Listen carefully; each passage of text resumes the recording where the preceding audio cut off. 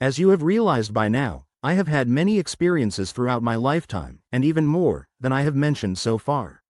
I have been experiencing these with increased frequency, and I welcome the positive and loving ones. None of them up to this point have been as intense as the ones I have been experiencing since Jen's passing. I was sitting in my bed one night, and I was staring at a shadow on the wall in the corner of my room. I just sat there watching it for a while. After a few minutes of this, my wife said there was a woman in the corner of our room, but she couldn't tell who it was.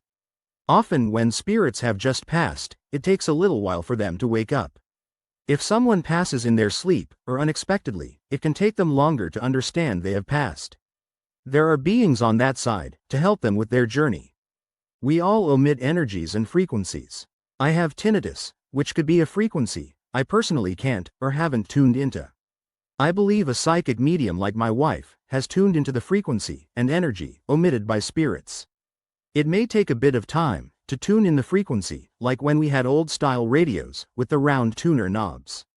My wife, without saying anything about this, called our daughter into our room, and she immediately reacted with a scream and asked why Jen's spirit was in our house.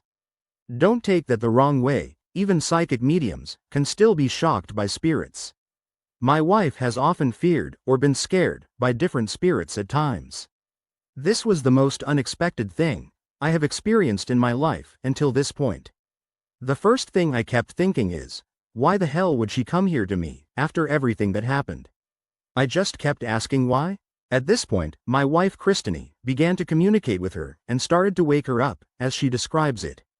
This began an intense healing process and revisiting parts of our lives I had buried for many years.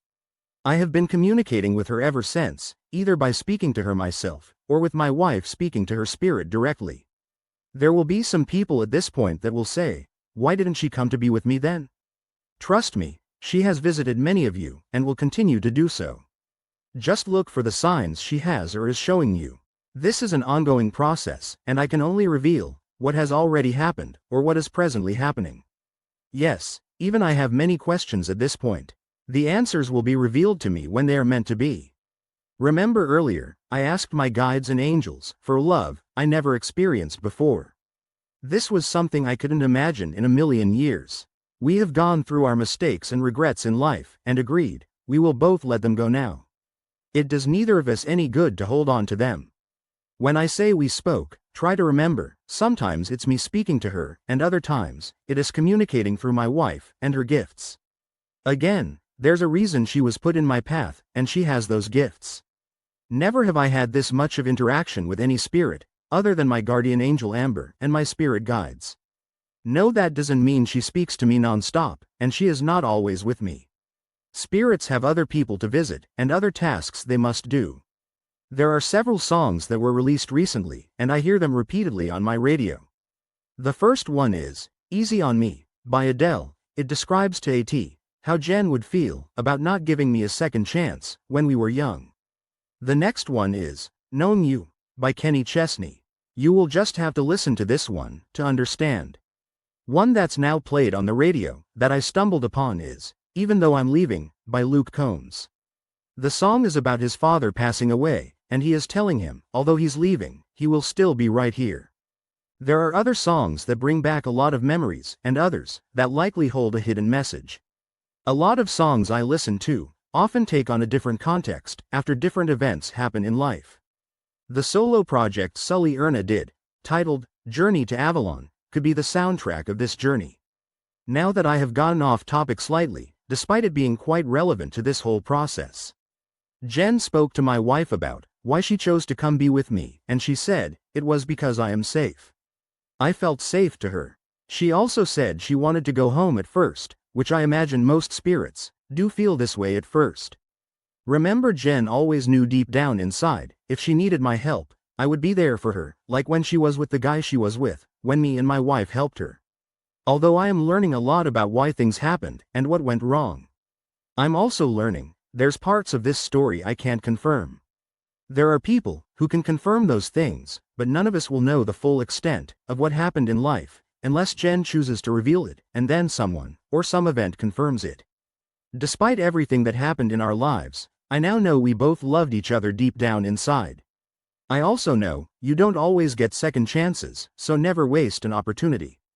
Pain can make people stuff their true feelings for a very long time. So can't pride. I haven't even begun to discuss all the experiences I have had with Jen's spurt and soul. This is where the plot is going to thicken. Think back to when I mentioned, my guardian angel Amber merged with my soul. When Jen made her choice of what to do in the afterlife, she made the decision to merge with my soul. There is no easy way to say that, and it's very rare. Remember, my wife, the psychic medium, has only seen this one other time, and there's little info on it on the internet. At this point, some people from her past may wonder why she didn't choose them. We had formed a connection on this planet long ago, and before coming to the earthly plane. Remember, we have soul contracts with soulmates, twin flames, and soul tribe members. We have some lifelong bonds and connections that pull us back together throughout our lives. I know this is getting complicated at this point, and there are so many more things I can't explain, but things keep happening that reassure me this is 100% real. If you're one of her children at this point, you may be wondering why she didn't become your spirit guide or chose to be with you. Trust me, she visits you often to see what you are up to and to make sure you're okay. Again, I say, open your eyes and see the signs. At times she's going to send you messages. She loves you, even if she works through others. Trust me, at this point, I still don't know what's to come and what the purpose of this process is, but I am embracing every moment of it. Although our souls have bonded or merged, for lack of better words, it doesn't change who Jen's spirit is, or who she was as a person, the one deep inside, before all that stuff in life happened. It also doesn't mean I'm going to suddenly take on her personality. We are still unique souls but bonded together now. Jen used to say, "Ya know a lot," and at the time, it annoyed the hell out of me, but what I wouldn't do to hear her say it to me now. I have found myself saying it randomly a couple times, and I used to get mad when other people said it. I have talked to myself for a while, but now I have conversations with Jen I wish I could have had with her in life. I do this out loud, so if you see me, just know I'm not just talking to myself. I wouldn't doubt some people have seen me and thought exactly that. One thing in this process so far has been feeling her energy and her feeling mine too. Remember, I have Asperger's syndrome. I wanted to rearrange a room in my house so I could try and make some music, and until it was done, my mind was racing, and I had to get it done. This has happened for many things lately, some unexplainable force just driving me to do things I feel I must. Jen told my wife she didn't like it. I guess she got to see what it like to be an autistic person in a sense. I have also felt her energy as well. When she has feelings of sadness, remorse, guilt, or anger, I feel it. When this process began, I kept arguing with my wife and getting irritated at her for nothing. Jen's spirit was having some animosity at this point, but can you blame her? She didn't understand the concept of polyamory. Her spirit has said she didn't want to be a side chick, and I did my best to explain that's not how it was supposed to be. For those of you who may be in tears or disbelief at this point, trust me, I have cried many tears in the last month. I have cried tears for your loss, as well as my own. If in the grand scheme of things, the only positive that happened in her life was the time her and her family got together over her final years in this realm, I am glad that I helped to make that happen. To those who are angry at this story right now, I implore you to look inward and see what inside is causing this anger. I also implore you, before judging me, know that we all have deep dark secrets, and no one on this planet knows everything about you, except you, and those you will meet after leaving the earthly realm. Be glad you were lucky enough to have whatever relationship you had before Jen passed. I didn't get that opportunity. If this is hard for you to fathom, imagine how it must be for me. As a person with Asperger's syndrome, things like the experiences I have been having are very hard to believe. We are a literal bunch, and often need scientific proof something is possible. I need no scientific proof. What I have felt as of late only reassures me of how real it is.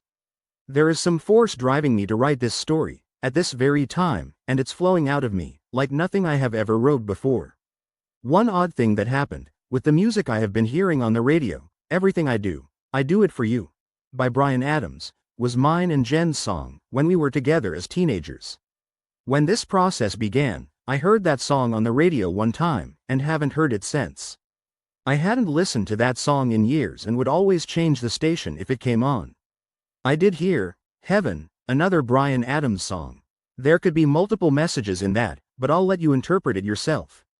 That takes me to when Jen's spirit told my wife to have me listen to the song, Blurry, by Puddle of Mudd, because that's how she felt about me. Yet again it was a moment I was driven to tears. I have been experiencing an emotional roller coaster over the last month, but I also know that it's also her processing events from her life.